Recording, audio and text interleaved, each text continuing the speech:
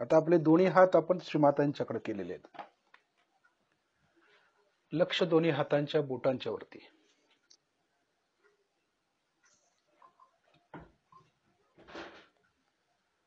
हळूहळू आपले डोळे बंद करायचे. लक्ष दोन्ही हातांच्या बोटांच्या वरती ठेवायचं आहे.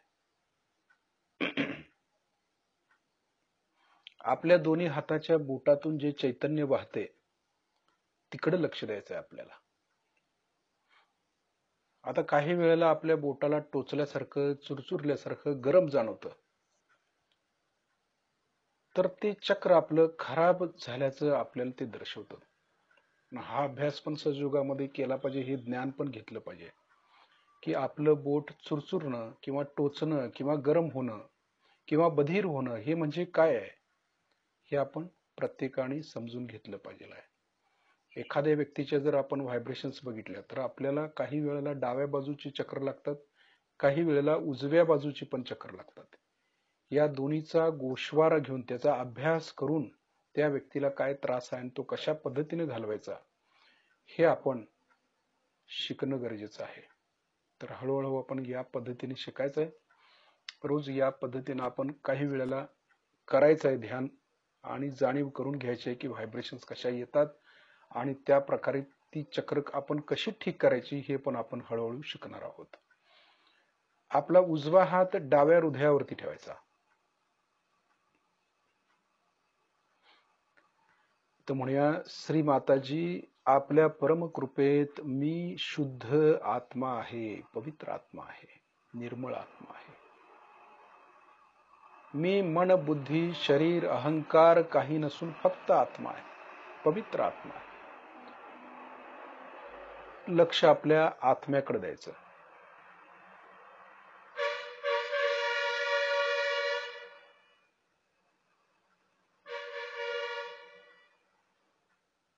श्री माताजी आपल्या परमकृपेत मी शुद्ध आत्मा आहे.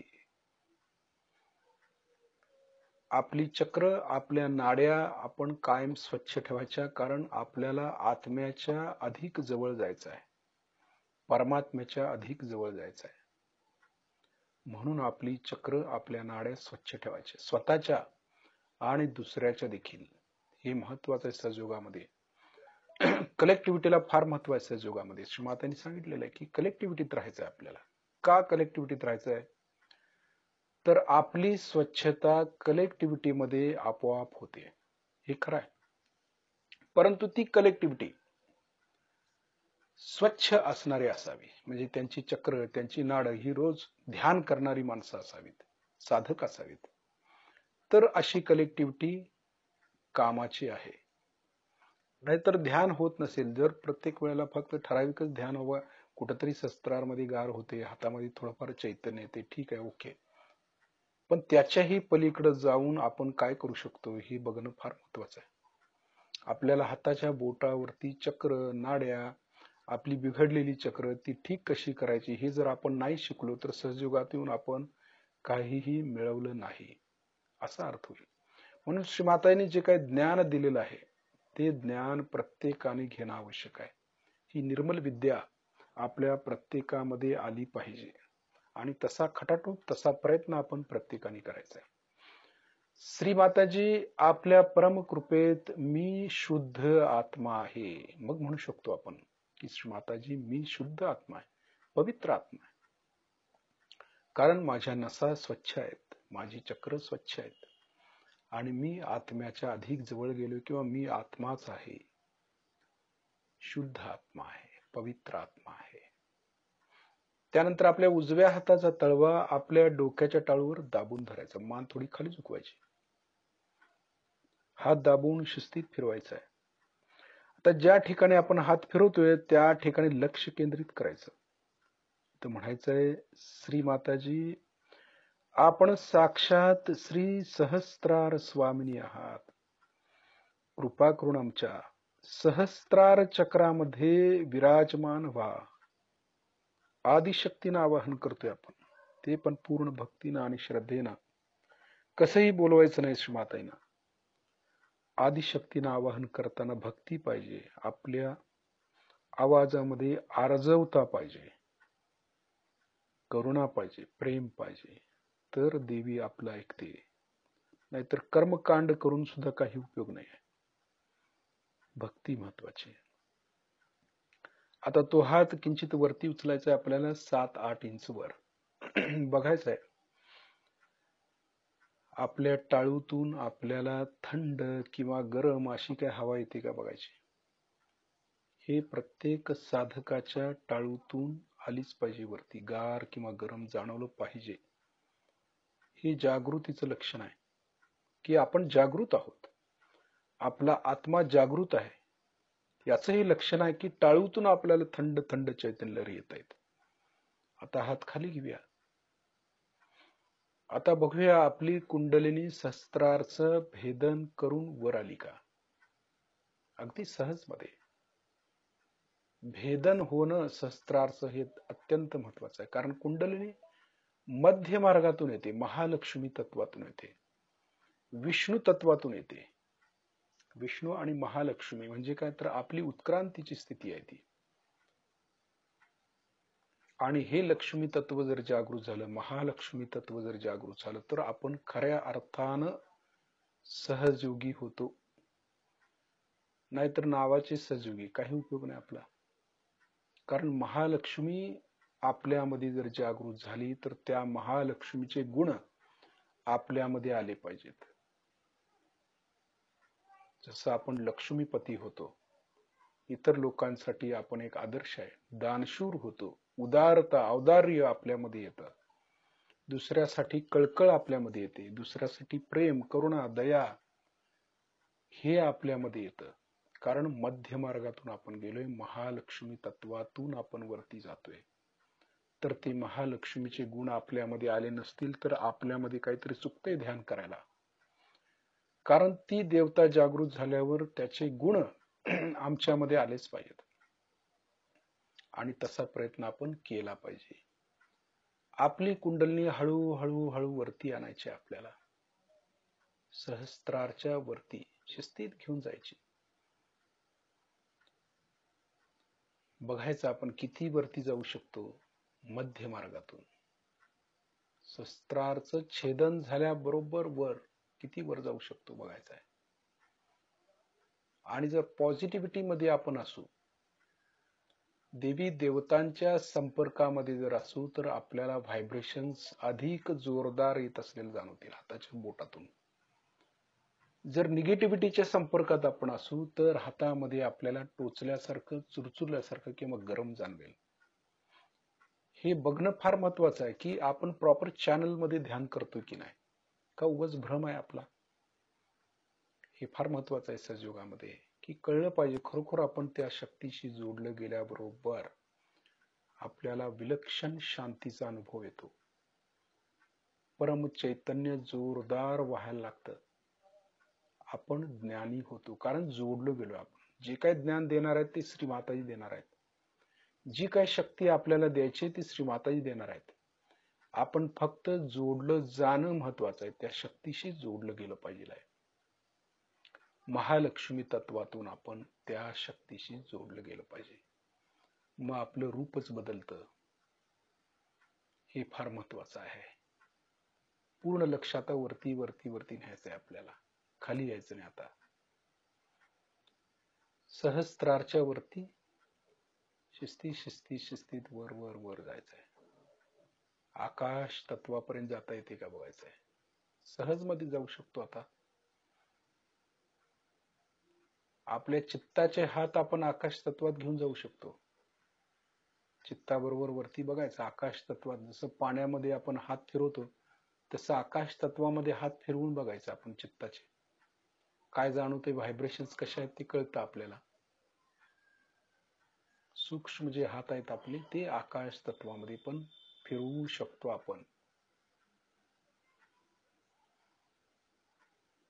हे फार महत्वाचं आहे. आकाश तत्वातून पण वरती वरती वरती काय हे आपण बघू शकतो, पाहू शकतो. वरती वरती जायचं. डीप जाणं म्हणजे काय, खोल जाणं म्हणजे काय, गहन उतरलं पाहिजे, गहन. ते अशा पद्धतीनं की व्हायब्रेशन्स मध्ये फरक पडला पाहिजे, आपल्या चेतनेमध्ये फरक पडला पाहिजे, आपल्या स्थितीमध्ये फरक पडला पाहिजे, आपलं हृदय देखील थंड झालं पाहिजे, आत्म्याची जाणीव. आणि शस्त्राच्या वर आपण जेवढं जाऊ तेवढी आपल्याला अधिक जाणीव होते चैतन्याची. जायचं वरती वरती. हनुमानजी कसं वर जातात? आकाश तत्वामध्ये, खालून भूमीतून उड्डाण करून आकाश तत्वात जातात. तसंच आपण जायचंय. वायू तत्व आहे ना ते पण, वायू मरुत म्हणजे मारुती हनुमानाचं तत्व आहे. हनुमानजी घेऊन जाता येत आपल्याला, श्री गणेशजी घेऊन जाता येत, कारण त्यांची शक्ती आपल्या बरोबर आहे. श्री मातांच्या चरणाशी, श्री सदाशिवांच्या चरणाशी ते घेऊन जातात. म्हणून वरती वरती जाता आलं पाहिजे आपल्याला. आपण पूर्ण स्वच्छ असो तर ते आपल्याला सहज घेऊन जातात, सहज त्या स्थितीला घेऊन जातात. सहज समाधी लागो, कबीराने म्हटल्याप्रमाणे मग तशी स्थिती येते आपली. मध्य मार्गातून, महालक्ष्मी मार्गातून वर जातोय, त्या स्थितीला प्राप्त करतोय आपण. ती अवस्था आहे सहजावस्था. सहज मध्ये वर जातोय, काही प्रयास नाही आहेत, काही त्रास होत नाही, काही त्रास करून घेऊन वर जात नाही आहे.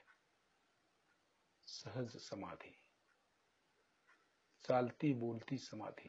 श्रीमाताईंचं हे वरदान आहे आपल्याला, की श्रीमाताई आपल्याला चालत बोलत असताना समाधी अवस्थेत आपण राहतो. शस्त्राच्या वरती कायम राहतो आपण, 24 तास प्रयत्न करतो. तर हे श्रीमाताईंचं वरदान आहे. वर्षानुवर्षे तप केलं तरी मिळत नाही साधकांना, ते श्रीमाताई आपल्याला सहज मध्ये देत आहेत. त्याचं वर्णन होऊ शकत नाही, त्याचं मोल होऊ शकत नाही. हे आपण लक्षात घेतलं पाहिजे. श्रीमातांनी काय दिलेलं आहे आपल्याला आणि आपण ते कशा पद्धतीने वाढवलं पाहिजे हे आपण बघितलं पाहिजे. आपण आपल्याकडेच बघितलं पाहिजे आहे. आपली प्रगती कशी होईल, आपली स्थिती, त्या स्थितीला आपण कसं राहू, आपणच बघितलं पाहिजे आहे. लक्ष पूर्णपणे आकाश तत्व आणि त्याच्याही वरती जाण्याचा प्रयत्न करायचा आज.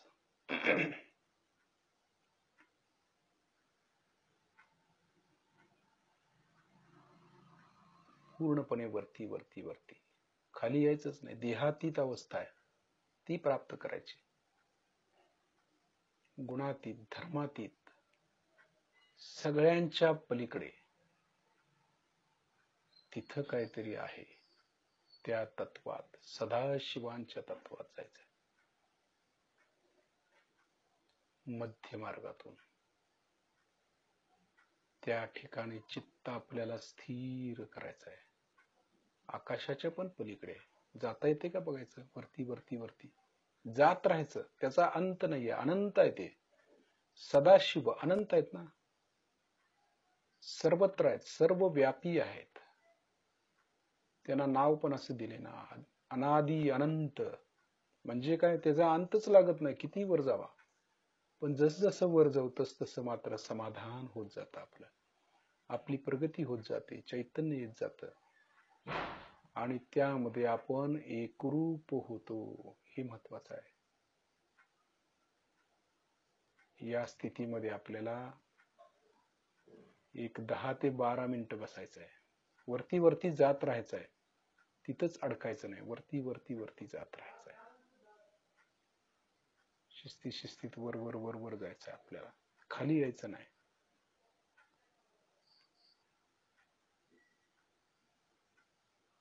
एक 10 ते 12 मिनिटं आपल्याला बसायचं आहे.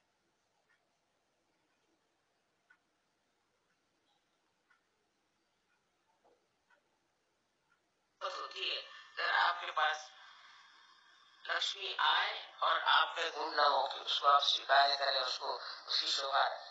अरे आपने लक्ष्मी की शोभा नहीं रखी तो लक्ष्मी ऐसे बह जाती.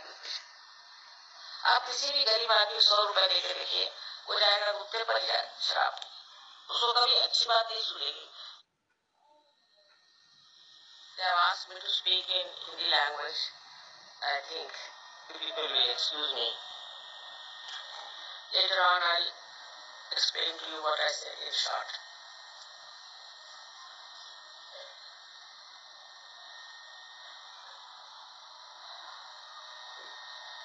Today we are standing at a point which we can call as a dividing line between materialism and spirituality. I'm going to speak on that subject in Hindi language.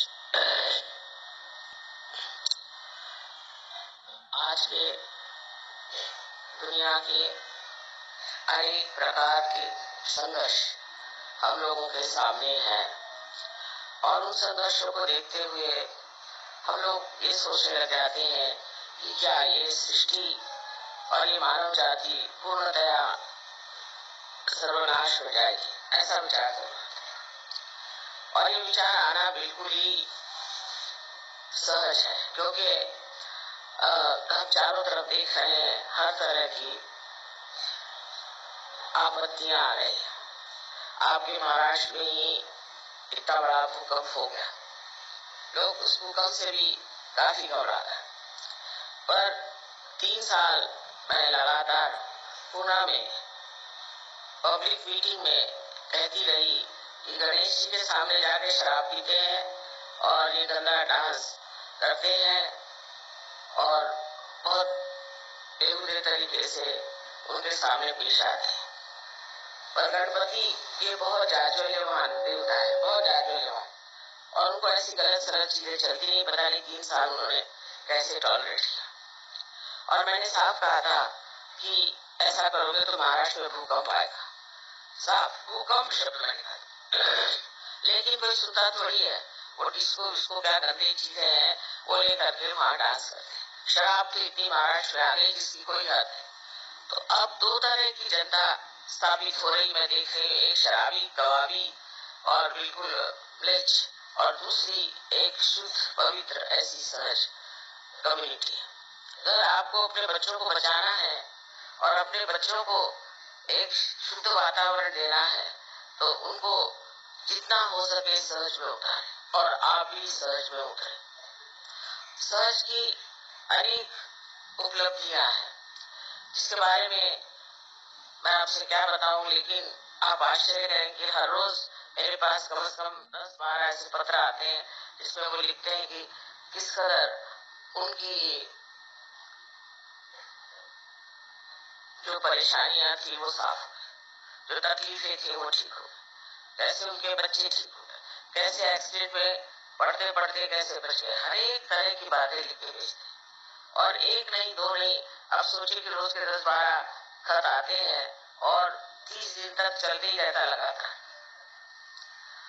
तो अब मैंने कहा कि ये तो बता लेकर कोई मतलब सिलसिला ही बन सकता, क्योंकि इतने सारे उसके बारे में कैसे बताए। लेकिन ये भी सोचना चाहिए कि सहयोगियों को जो आज लाभ हुआ है वो औरों को भी होना चाहिए, और भी इसे प्राप्त करें और भी इसमें आ जाए। अब ये होता है कि हमारे यहाँ भी कुछ ऐसे लोग आए थे जो कि बहुत ही ज्यादा जड़वादी है और उन्होंने बहुत सारी खराबियां लाई। अब धीरे धीरे एक एक को करके हमने कहा अच्छा आप चले जाइए, ये कर लीजिए, कोई व्यवस्था ऐसी हो जाए जिससे सहज योग का जो कुछ भी ऐसे तो कोई ऑर्गेनाइजेशन नहीं है, पर जो भी कुछ हम लोगों ने ये एक समाज तैयार किया है उसको देख करके लोग कहें कि ये कौन आ गए, ये तो कोई देवभूत दिखाई देते हैं, ऐसी सबको उम्मीद है। लेकिन अभी अगर आप अपनी जो पुरानी आदतें उनको नहीं छोड़ेंगे और इस तरह से बर्ताव करेंगे जैसे कि आम दुनिया के लोग बर्ताव करते हैं तो आप पे किसी को विश्वास नहीं होगा। अब सबसे बड़ी चीज जो हमारे ऊपर जो एक तरह छा रही है हिंदुस्तान में वो है जड़वाद, मटेरियलिज्म। वो आ रहा है परदेश से। परदेश के लोगों को क्या मिला है जाके पूछिए, इतने बेवकूफ लोग हैं, महा बेवकूफ है वो। उनका वो पैसा जो कमाते उसको करते क्या। पहले जमाने में जब हम लोग यंग थे तो हमने देखा जिसके पास पैसा हो जाता था वो कोई न कोई सार्वजनिक कार्य में लग जाता। कोई ना कोई सार्वजनिक चीज करते, चाहे मंदिर ही बना ले और चाहे यूनिवर्सिटी बना ले, चाहे कोई स्कूल बना ले, सार्वजनिक कार्य में हमेशा। तो आज का जो अपना यहाँ पूजन है, ये असल में लक्ष्मी का पूजन मानती हूँ कि लक्ष्मी का पूजन कैसे होना चाहिए। इस मामले में लोगों को पता नहीं कि जब हम लक्ष्मी को चाहते हैं तो उसके साथ साथ क्या चीजें चाहिए। इसलिए आज का पूजन लक्ष्मी पूजन है और इस फैक्ट्री में लक्ष्मी पूजन हो, ये अच्छी बात है। सबसे तो पहले लक्ष्मी जी की आकृति के बारे में मैंने अनेक बार बताया और फिर मैं बताऊंगी कि लक्ष्मी में पहले सबसे पहली चीज ये है, उसका जो रूप बनाया हुआ है वो ऐसा है कि जिससे बहुत सीखना। पहले तो ये कि जब लक्ष्मी स्वरूप आप देखा जाए तो उसके अंदर पहले उनका 2 हाथों में कमल का होना देखा जाता है, वो भी गुलाबी रंग के कमल, वो सब गुलाबी या सफेद वस्त्र पहने हुए। गुलाबी वस्त्र का मतलब है कि प्रेम और सफेद का मतलब है वैराग। तो अधिकतर गुलाबी में ही होती। एक आध बार मैंने उनको देखा है एक फोटो में, एक चित्र में, उनको सफेद भी पहनाते हैं, पर अधिकतर गुलाबी वस्त्र पहने होती है। इसका मतलब ये है कि लक्ष्मी जी जो है ये प्यार है और जो इंसान प्यार करता है उसी को लक्ष्मी प्राप्त होनी चाहिए, और दूसरों के हाथ में जाएगी तो लक्ष्मी अलक्ष्मी हो जाएगी। तो उनके हाथ में जो कमल के फूल है वो भी गुलाबी है, और इस कमल के फूल की विशेषता ये है कि इसके अंदर वो काटने वाला भूंगा, जिसके अंदर कीड़े काटे होते हैं, वो भी अगर आ जाए तो उसका आतिथ्य करते हैं, उनके अपने यहाँ रखते हैं। और जब पंखुड़ियां बंद हो जाती है तो बहुत संभाल करके उसको बंद करते हैं जिससे तकलीफ न हो, और वो रात भर भूंगा मांस होता है। तो पहली चीज ये है कि जिस तरह एक कमल का फूल अत्यंत सुंदर होता है,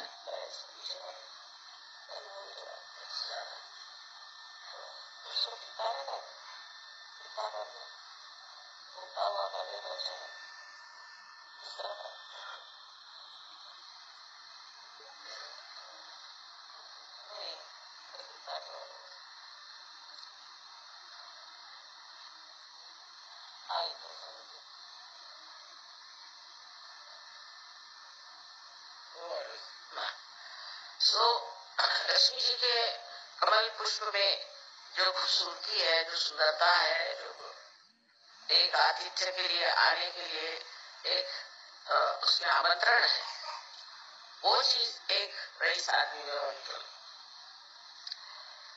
ये बात हमने राजेश श्याम में देखी।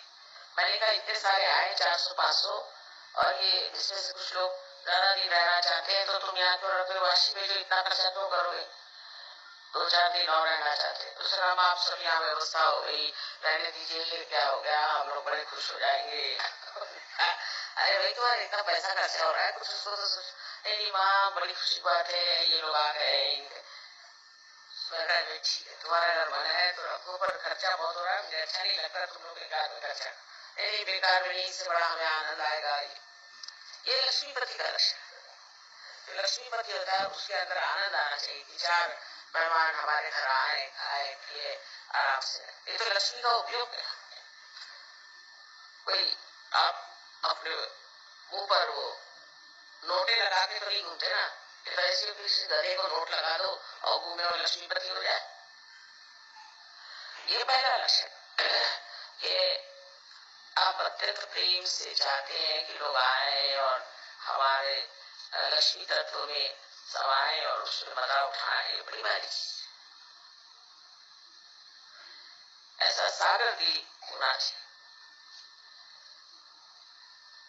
और तभी लक्ष्मी ठहरती है। नहीं तो लक्ष्मी तो भाग गए। जैसे कोई आदमी है बड़ा कंजूस, उसके किसी तरह से पैसे निकल जाए। हमने बहुत लाइफ में ऐसे लोग देखे, बड़े कंजूस, महाकंजूस, और इतनी बेवकूफी में आए, और अभी जो अपने यहाँ 2-4 स्कैम हुए हैं उसमें सब कंजूस लोगों ने पैसे लगाए थे। वो ऐसे जगह जाएंगे जहाँ गलत होता है, जहाँ पैसा बनाए। दूसरी बात यह है, किसी पास पैसा आ जाता है तो कंजूस होगा तो बिल्कुल भिखारी के जैसा रहेगा, उसके यहाँ तो कंबल भी मिलना और इतना पैसा जुटा के जाएगा और जब मरेगा तो उसके बच्चे आपस में लड़ मर के वो खत्म कर देंगे। या अगर बाप कंजूस होगा तो बच्चे उससे पैसे उड़ाते रहेंगे। किसी न किसी हर तरह की आफत होती है। अगर आपके पास लक्ष्मी आए और आप में गुण न हो कि उसको आप स्वीकार करें, उसको उसकी शोभा रखें। अगर आपने लक्ष्मी की शोभा नहीं रखी तो लक्ष्मी ऐसी बह के आती है। आप किसी भी गरीब आदमी 100 रुपए लेके देखिए, वो जाएगा कुत्ते पर जाए शराब, उसको कभी अच्छी बात नहीं सुनेगी। चलो कोई अच्छा कर्म करे, कोई अच्छी बात करे, कोई देवी देवताओं की बात करें, कुछ धर्म की बात करें, या कोई धर्म के बारे में लिखे, या कोई घर लेखक हो तो उसकी मदद करें, ये सब ज्ञान है। सो हर तरह के गलत काम की तरफ लक्ष्मी की दौड़ हो जाती। उसका कारण है लक्ष्मी महामाया, जिसको मिल जाए वो गलत रास्ते पे जाए।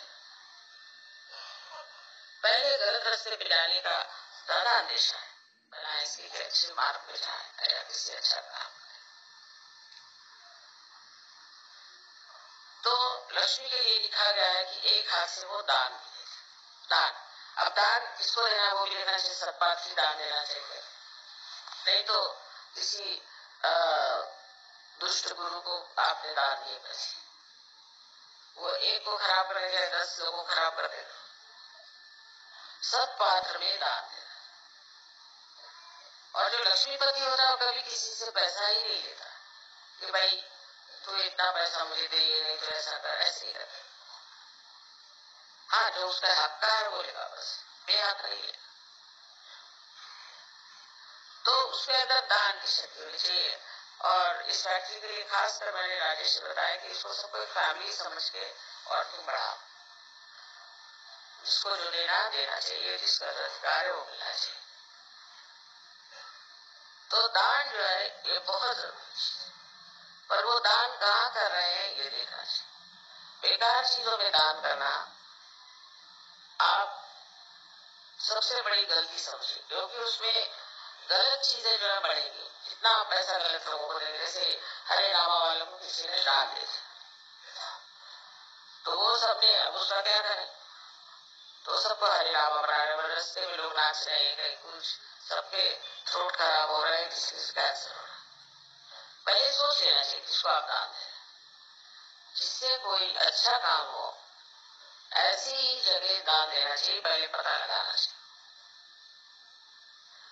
कि कौन सी संस्था ठीक कार्य कर रही है, उसकी व्यवस्था क्या है। अभी ये भूकंप के लिए हमने भी बहुत पैसा दिया, वो लंदन में लोगों ने दिया। आप लोग कह रहे कि भूकंप के लोग तो जैसे कि वैसे ही है, और पैसा गया। तो जो भूकंप के लिए भी दान दिया वो भी पता नहीं भूकंप में गलत हो गया कि क्या। ऐसी हालात में हमेशा सोच के देना चाहिए कि हम जहाँ दे रहे हैं, और जहाँ दे रहे हैं उसको, उस दान को देखना चाहिए कि वो इस्तेमाल कैसे हो रहा है, वो कैसे इस्तेमाल हो रहा है, उसका क्या उपयोग हो रहा है, उसको किस तरह से खर्च कर रहे हैं, उसके कमिटी पे कौन लोग हैं, ऐसे ही लोगों को दान दें।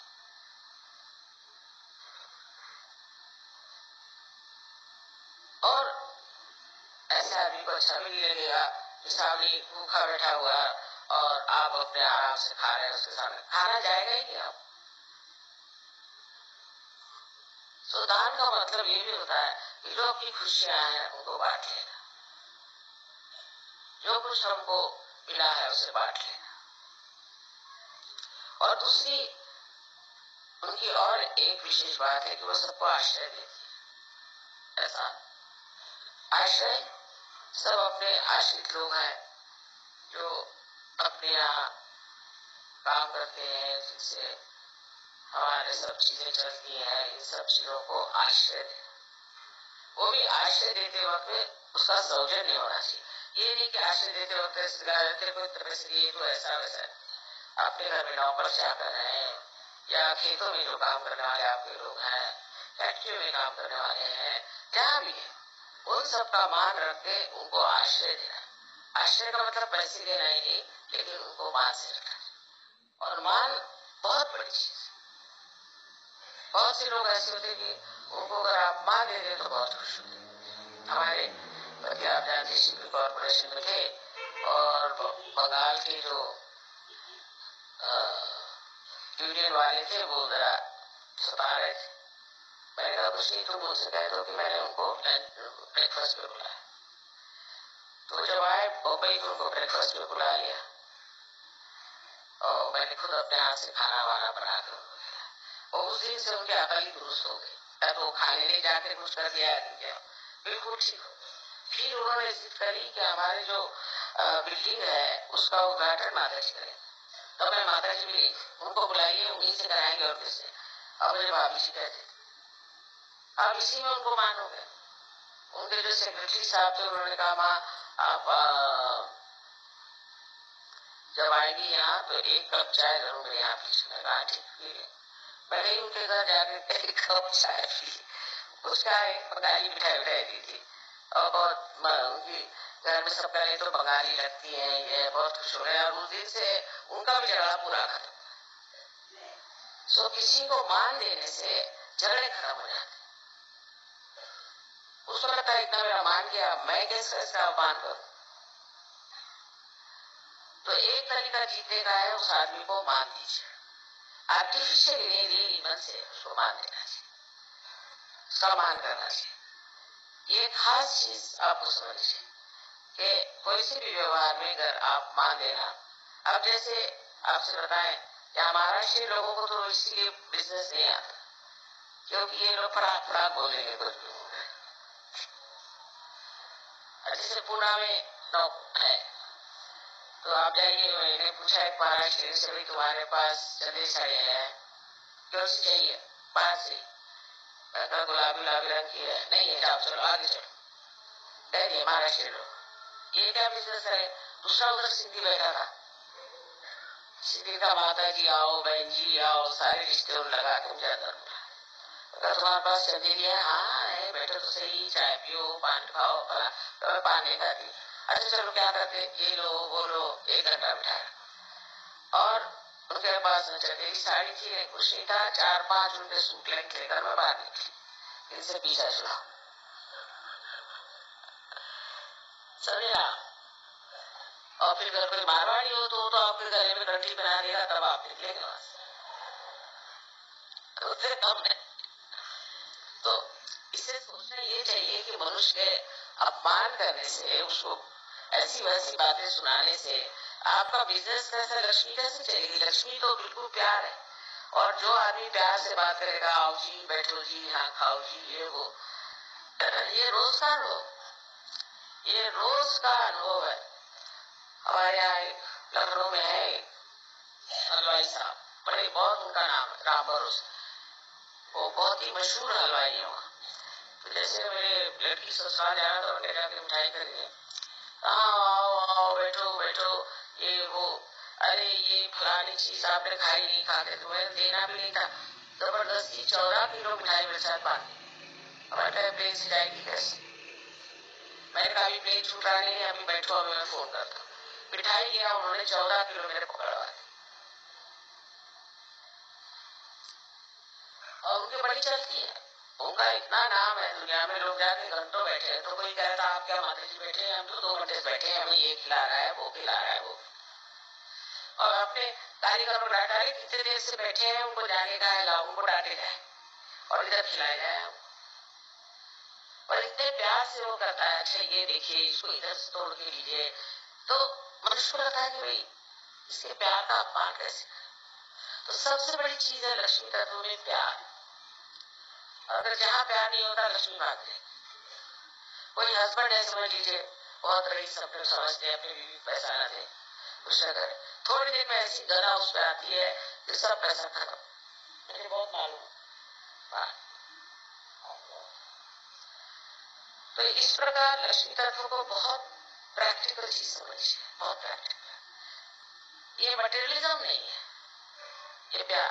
प्यार और मटेरियलिज्म में बड़ा ही अंतर है।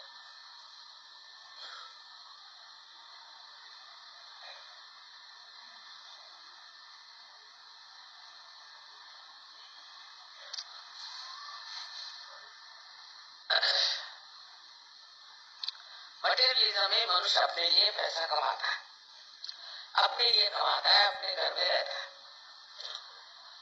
और उसको फिर एक उसका लाइफ स्टाइल होता था।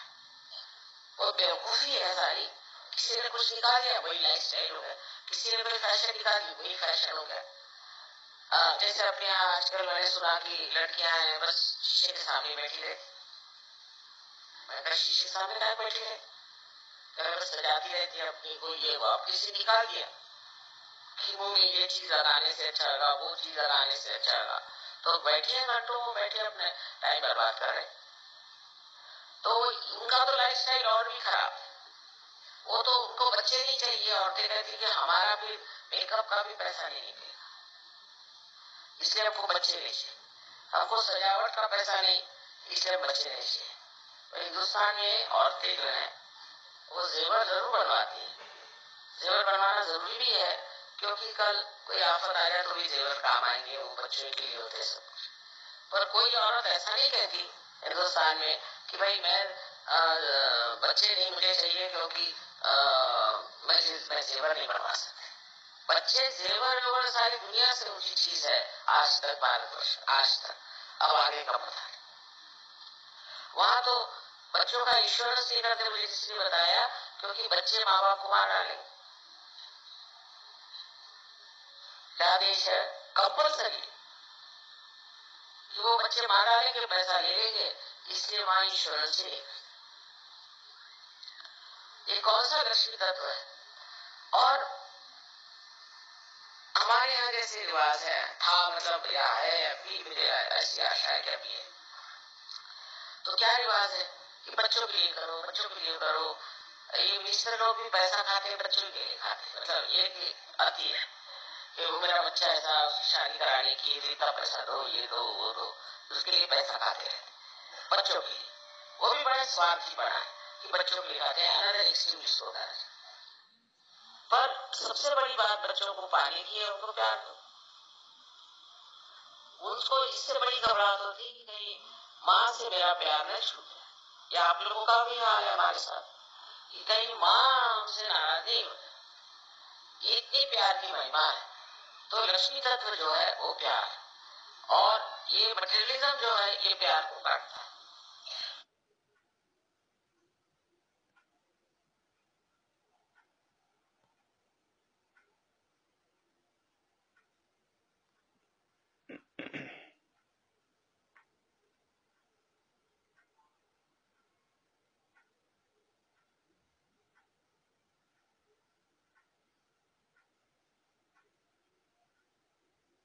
वरून थोडस खाली यायचं आपल्याला आता.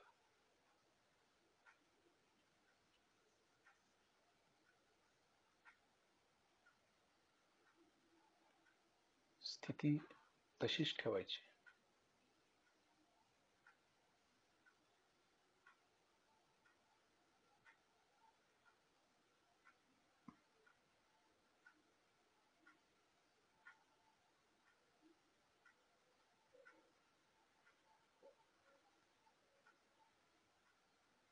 हळूहळू आपले डोळे उघडायचे, नुसता डोळे उघडायचे. लक्ष वरतीच आहे आपलं. आकाश तत्वापर्यंत लक्ष जाऊ शकतं डोळे उघडे ठेवून देखील, आणि दोन्ही हातांच्या बोटांच्या वरती पण.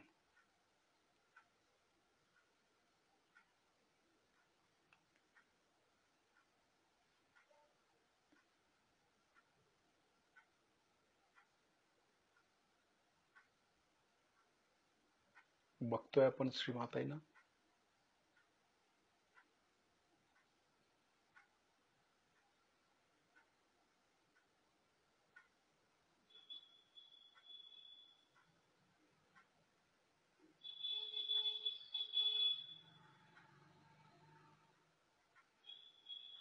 श्रीमातांना आपण नमस्कार करूया, त्यांचे आभार मानूया. श्रीमाताजी, आपल्या चरणाशी कोटी कोटी प्रणाम, कोटी कोटी प्रणाम. शिस्तीत शिस्तीत आपण बंधन घेऊया. आपल्या हातामध्ये व्हायब्रेशन्स आहेत, ही विसरायचं नाही.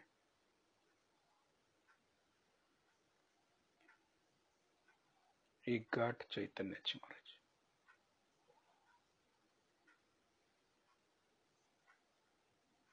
दोन गाठी चैतन्याच्या. तिसऱ्या वेळेला 3 गाठी शिस्तीत गुंफण करायचे चैतन्याची.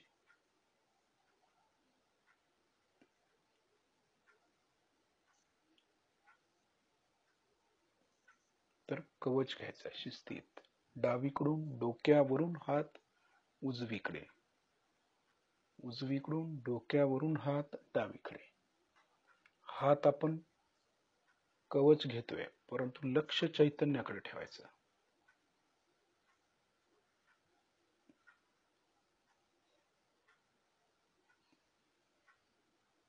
आपल्या भोवती कवच तयार होते चैतन्याचं, इकडे लक्ष पाहिजे आणि ते मजबूत झालं पाहिजे.